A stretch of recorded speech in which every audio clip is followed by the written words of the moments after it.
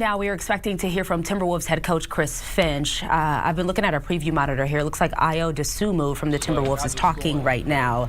This is, of course, ahead of tomorrow's Game 6 matchup against Denver. The Wolves have 2 chances to close this out, with their best chance, of course, coming tomorrow night at home. They will be shorthanded. No Anthony Edwards. He's sort of week to week right now. No Dante DiVincenzo. He's out for the season as Denver looks to even this series. Let's dip in right now and take a listen. This is Dosunmu. It's adversity. That's what it's all about. And it's no better group that I'd rather do it with. So we got to just come out tomorrow, have fun, stay together. That's the main thing I tell the guys. Stay together. They're going to make runs. We're going to make runs. You saw in the second half, we were down 27 points. We cut the 10 with 4 minutes left. You know, Bones had a chance to get a steal, got his fingertips on it. Bron ended up getting it, hit a 3. We come down, turn over, dunk. Like, the game is going to swing. That's basketball. It's all about staying together, sticking to the game plan the coaches present to us, and being deliberate and being confident in whatever we do. Oregon Center seems to traditionally have some really good plans across. What did you think of what you heard in games 3 and 4, and how much are you looking forward to? Man, I'm excited. I'm excited. That's definitely home court advantage, I would say. Like, us playing at home is definitely an advantage. And I would say them playing at home is an advantage for them also. Just the fans, the energy, the crowd. They just into the game. It feels like each and every possession is the last possession of the game. So I'm excited about that. I'm excited to, play in front of the best fans in the world tomorrow. Having played a full game without Ant and Dante, what do you need to do, the team need to do to compensate for their absence at both ends of the court? Yeah, I mean, Ant, like I said yesterday or 2 days ago, Ant, top 5 player in the league, 30 points, score. You can't just replicate that overnight, or one person can't just do that. It's all about, coming together and everybody else stepping up together. Same with Dante, played all 82 games. One of the most, I believe, top 3 or top 4 in three-pointers made this season. So that's not something you could just replicate overnight. It's all about coming together. Each and everyone has to just come together, rally up, and we do it together, collective unit. What specific areas do you think you're more vulnerable in with them out? I mean, of course, Ant, his presence, even if he's not scoring, when you go out there, it's Anthony Edwards, you trying to stop him, you trying to game plan for him. So when he slides down from the top of the chart, it's just everybody else just moves up. And, Dante, his ability to spread the floor and how aggressive he is, he dives on loose balls, just his competitive nature. We miss him a lot, but I just seen Ant today, I ain't gonna lie, it made me, want to go out there and get the win tomorrow, because I know that if he was out there, I know, he'd be wanting to get the win, and he want to go out there and give it his all. So that gave me a little bit extra motivation. Last one, guys. Julius takes on a really big role for you guys here with Jay and Tal. You talked about moving up the chart. What have you learned about playing with Julius and the offense playing through him? Yeah, I mean, Julius, he's a point forward. I would say, he can get downhill, he can score, he can pass, and he definitely has, gained a lot more attention. Of course, when Ant been out, he's probably the number 1 guy on the scouting report. And he has to continue to be aggressive for us, continue to make plays, just continue to play his game. I always tell him, anytime he's aggressive and he's deliberate, and he's just one move and he's gone. He's one of the hardest players in this league to stop. So he has to continue to play that way, continue to be aggressive for us, because they're looking to stop him. So if he's going and he's scoring, then now what they gonna do? Okay, they go load up. Then when they come load up, he's able to pass it. So now we got him, on their heels. Then he says a pick and roll, he gets in the pocket, he's able to finish. So just him playing his all-around game that got him to be an all-star, that's something that I'm excited and looking forward to him to continue playing tomorrow. Thanks, Adam. I appreciate it.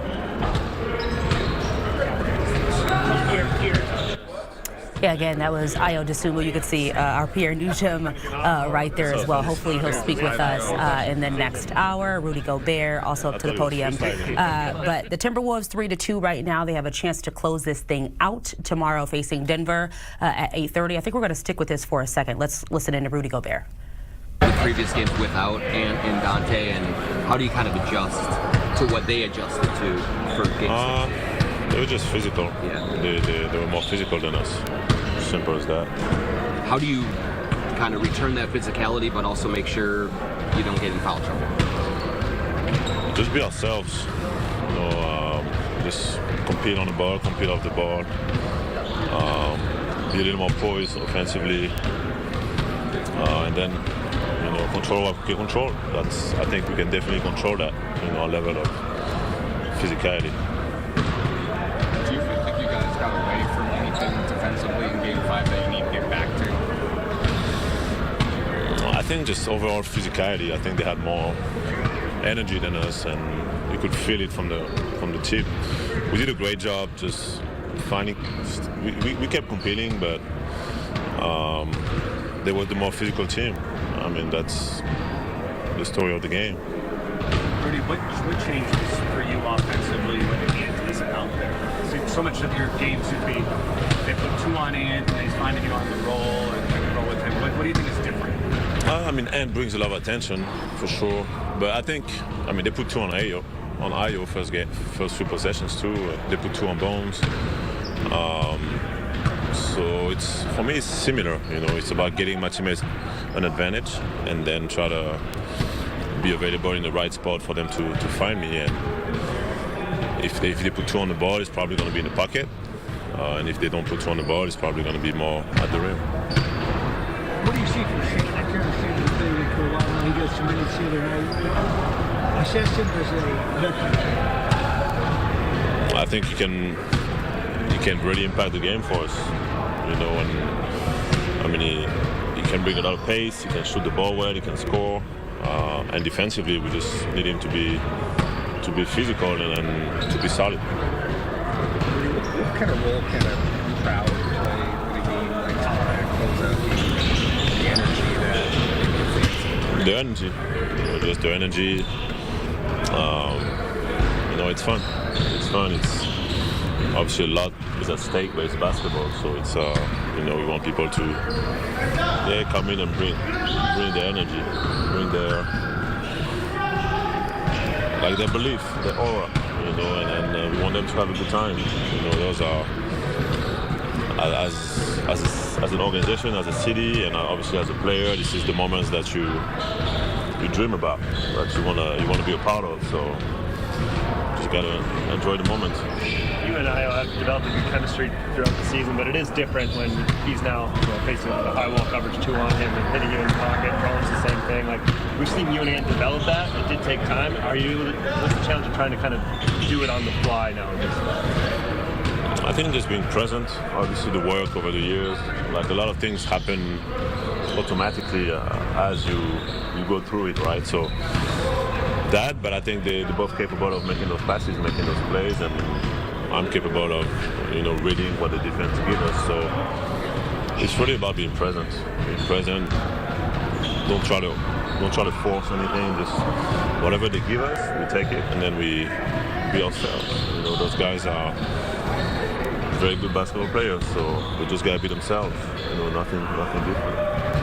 Rudy, Cam Johnson and Spencer Jones had good games for them in Game 5. Is there kind of a focus on trying to take the ancillary players out a little bit more and not give Jokic and Murray more options? I just think we got to do a better job overall. I think everyone had a good game. Anybody that came in the game had a good game for them. So I think it's more about us. They scored I don't know how many points in the paint. They were getting wide open shots. So they're really good players. They're talented. So if you give them those type of looks, they're gonna make you pay. Regardless of who it is. So just on us to be better. That's it. Do you notice Jokic getting worn down late in games? And if so, what techniques or whatever do you use to hasten that process? Not really. Just gotta, like I said, just keep competing, possession after possession. This is the playoffs, and it's about giving everything you have and doing whatever you can throughout the whole game. I don't really have to make observations or things like that. I just think for us, it's just about staying focused on us. Keep doing what we do, consistent. Rudy, what role does in an elimination game being at home, fans, what impact does being at home for an elimination game? I think it's huge. It's huge having the home crowd, being at home, sticking to our routines and things like that. It's huge, but it's a basketball game.